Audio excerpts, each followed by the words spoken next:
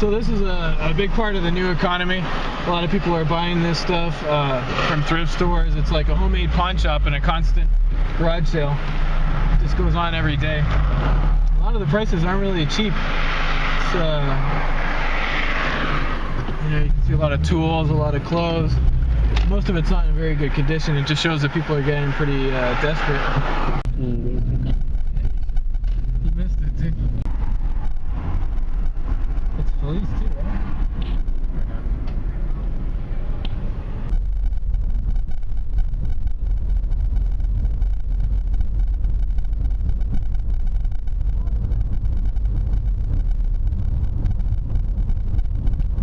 So over here in this part of Sacramento is a lot of mechanic shops. A lot of them are chop shops, and there's also a lot of metal reclaiming places where they're taking stolen copper. And as well, I've seen that they take batteries too. And people come with all kinds of batteries. I have no idea where they're getting them from, because a lot of the guys seem like homeless guys that they don't even have cars. Another foreclosure. Seems like about one in every, I don't know, 10 or 15 houses is like that here. Nothing left. There's no jobs here in Sacramento. I mean, there's some jobs, but there's no manufacturing. What does America make, especially California? What do they make anymore besides weapons? And I mean, that's only a certain amount of people that are benefiting off of that. And especially if you're a young male, say between the ages of 20 and 35, there's nothing for you unless you want to go to war or be a mercenary, you know.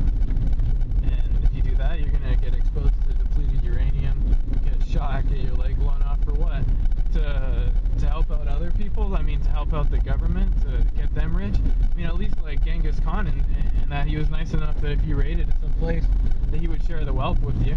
I mean, at least they could just tell you, like, look, we're going over here to exploit these people, and you know, but when we get their oil, we'll share it with you. But they don't even do that. I'm pretty sure like soldiers make less than minimum wage. Yeah, maybe the contractors make a little bit more, but then you got no security. So what's left? I mean, there's no construction. We're just a lost generation. There's nothing left for us. Just all there is now is just crime. Probably that's the biggest thing going on right in Sacramento, right? Is that people are growing marijuana. You know, the underground economy, garage sales. What's left? There's no jobs unless you want to work for $10 an hour, and there's no way you can survive here like that.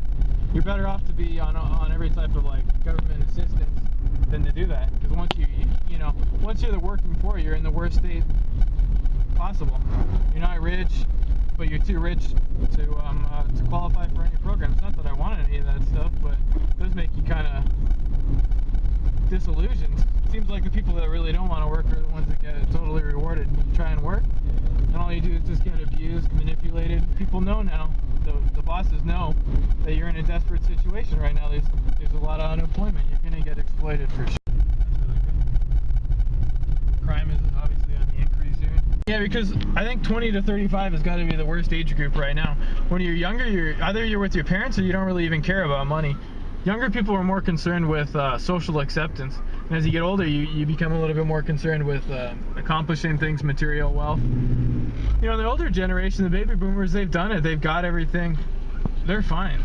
But there's nothing left for us. Just dwindling resources, fighting over what's left.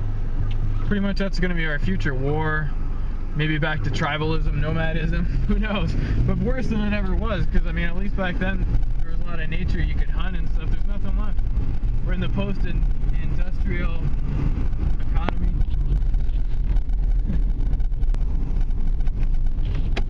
So, survivalist, are you looking for the ultimate SHTF bug-out vehicle? There it is, your own armored car.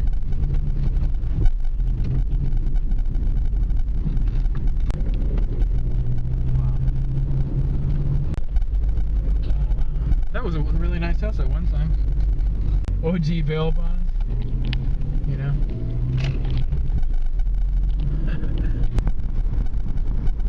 These are only the kind of jobs that are left now, spinning signs. So I mean, I think as the economy continues to descend, you're going to see a huge rise in racial tension. You know, that people will return to tribalism, and maybe by design, you know, maybe the people that are in charge of us, maybe that's what they want. You know, the British, the Americans, they've always done that in other countries, right? They split the Sunnis against the Shiites, this tribe against that tribe. They arm both of them, divide and conquer, right? I mean, they don't want us to go against them. They want us fighting against ourselves. You know, they want to convince the poor people that it's our problem. Just like the Civil War. I mean, they convinced poor Southerners that they should fight for the plantation owners to be rich, when really you're not gaining anything from it. Just like I said now, I mean, you're not gaining anything by exploiting Iraq. You know? Not personally. It's the ruling class, and they want to convince you that the Muslim is your enemy, that, you know, this guy is your enemy, the white man is your enemy. And yeah, maybe they are, you know, the rich ones. But us people down here, we're all the same. I mean, but unfortunately, I don't think you're going to be able to convince people of that. Once it's a fight over resources, we're going to go back to what we've always been: tribalism and fighting and.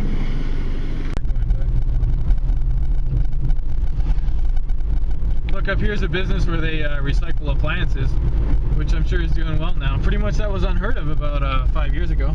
If somebody had an appliance that would go bad, they would just throw it away. Who would buy it used?